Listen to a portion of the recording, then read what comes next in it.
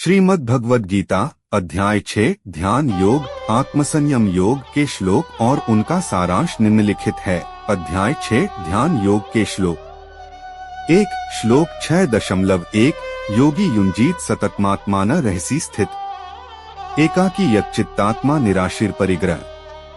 अनुवाद जो योगी आत्मा को एकाग्र करके बिना किसी आसक्ति के एकांत में स्थित रहता है वह सच्चा योगी है। वह सभी बाह्य सुखों और वस्तुओं से अप्रभावित रहता है। 2 श्लोक 6.2 यदा विनेतन चित्त आत्मन्येवात्मना तुष्येत सितो धर्मेण युज्यते तस्य योगम वाप्नुयात्। अनुवाद जब मन को नियंत्रित किया जाता है और आत्मा में आत्मा को प्रसन्न करता है तब योगी को परम सुख और संतोष प्राप्त होता है।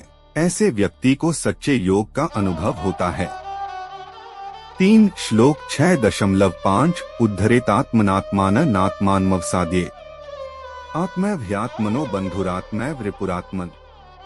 अनुवाद व्यक्ति को अपने आत्मा को ही अपने ऊंचे लक्ष्य की ओर उठाना चाहिए, उसे आत्महीनता की ओर नहीं जाने देना चाहिए। आत्मा ही व्यक्ति का मित्र है और आत्मा ही शत्रु है।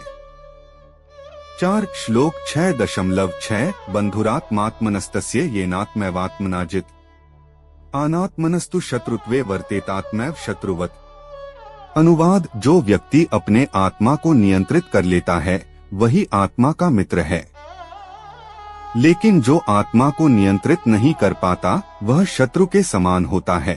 5 श्लोक 6.10 साध्यस्य साधना चात्मनम योगेन तत्वदर्शन ध्यान परायणम शांत आहुः परम ध्यानम।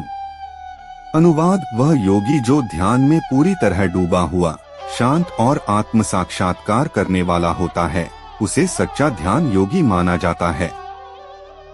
6 श्लोक 6.15 योगी युंजीत सततमात्मान रहसी स्थित एकाकी यच्चित्तात्मा निराशीर परिग्रह। अनुवाद योगी को हमेशा अपने आत्मा में समाहित होने के लिए प्रयासरत रहना चाहिए और वह अकेले और शांतिपूर्ण वातावरण में बैठकर ध्यान करना चाहिए। सारांश अध्याय 6 ध्यान योग में भगवान श्री कृष्ण ने अर्जुन को आत्मसंयम ध्यान और योग के माध्यम से आत्मज्ञान प्राप्त करने के मार्ग पर बताया। इस अध्याय में प्रमुख बिंदु निम्नलिखित हैं।